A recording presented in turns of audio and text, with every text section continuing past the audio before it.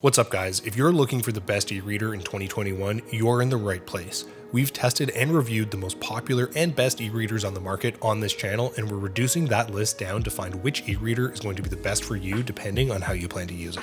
So if you want to know which e-reader is going to be best for you, stay tuned and let's get into the video. Well, for starters, if you're looking for an e-reader, it's no secret you're probably looking at a Kindle. They've dominated the market and they produce some of the best e-readers without question. But there are quite a few different Kindles to choose from. So we're going to be comparing the Kindle versus the Kindle Paperwhite versus the premium Kindle Oasis. So which one's the best? Well, simply put, it's the Kindle Oasis, but I would recommend the Kindle Paperwhite to most people. But don't click the video off just yet. Depending on your budget and intended use, which option is going to be best might actually vary, and you may even want the entry-level Kindle or even the Kobo Libra H20 as a non-Kindle alternative.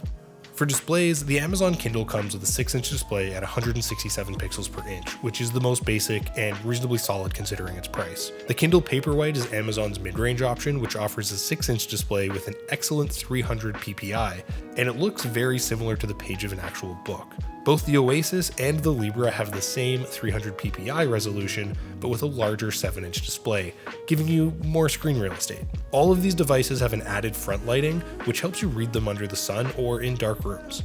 The basic Kindle has 4 LEDs, the Paperwhite has 5, and the Oasis has an unbelievable 25. Both the Oasis and the Libra have a color temperature setting, which allows for a warmer color that makes it easier on your eyes while reading, especially during nighttime.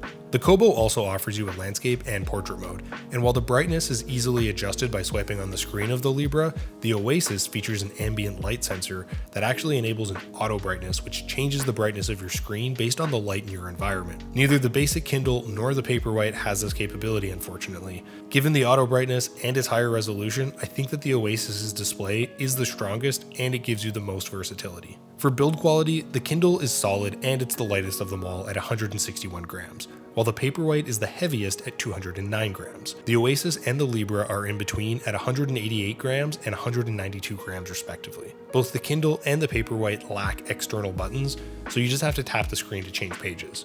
The Libra and the Oasis do have external buttons to turn pages, which I think improves the overall reading experience. I did find that the Oasis's buttons were more responsive than the Libra's, which needed to be pressed in a specific spot to register.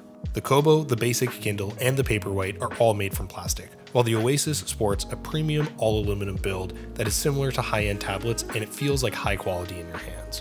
I think both the Kobo and the Oasis's ergonomic asymmetrical design improves the overall feel while you read, while the basic Kindle and the Paperwhite have a standard design that still gets the job done.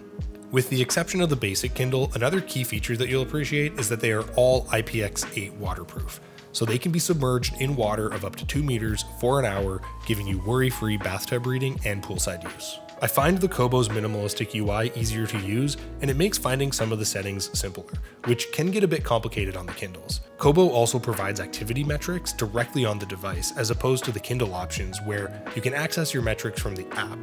In my experience, Kobo offers a better range of text adjusting options, such as line spacing and margin settings, while the Kindles have a better built-in dictionary. The Oasis and Paperwhite give you advanced settings as well, like the vocabulary builder and X-ray to get more information on what you're reading.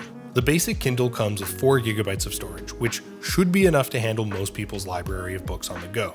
But both the Paperwhite and the Oasis come with 2 options, 8 GB and 32 gigs. The Libra's 8 gigs doubles that of the basic Kindle, and it should be sufficient for most. The Kindle options provide audio support, and they can play audiobooks if you connect headphones or a speaker via Bluetooth, but the audiobook support is absent from the Libra. Audiobook files are larger, so the limited space on the basic Kindle does limit its utility here compared to the Paperwhite and the Oasis. The Kindle options provide support for Audible, and they can play audiobooks if you connect your headphones or speaker via Bluetooth, but audiobook support is absent from the Libra. Audiobook files are larger, so the limited space on the basic Kindle does limit some of the utility here compared to the Paperwhite or the Oasis. The Kindle options also give you access to Goodreads and Amazon's colossal library, where you can purchase or download books. The Libra offers built-in overdrive support, and you can borrow ebooks from your local library, which could potentially cut down some costs for those of you that don't want to be tied to the Amazon ecosystem. The battery life for all 4 is solid. The Kindle gives you up to 4 weeks of battery life, while the Paperwhite, Oasis, and Libra get up to 6.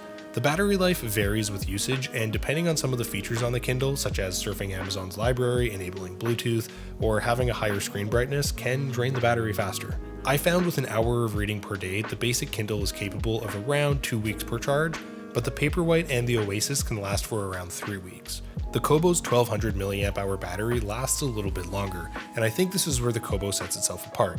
It certainly gets the nod for the best battery life. With all the different options for e-readers, it's important to find what fits your needs. The basic Amazon Kindle is perfect if you're on a budget or you're just getting into ebooks.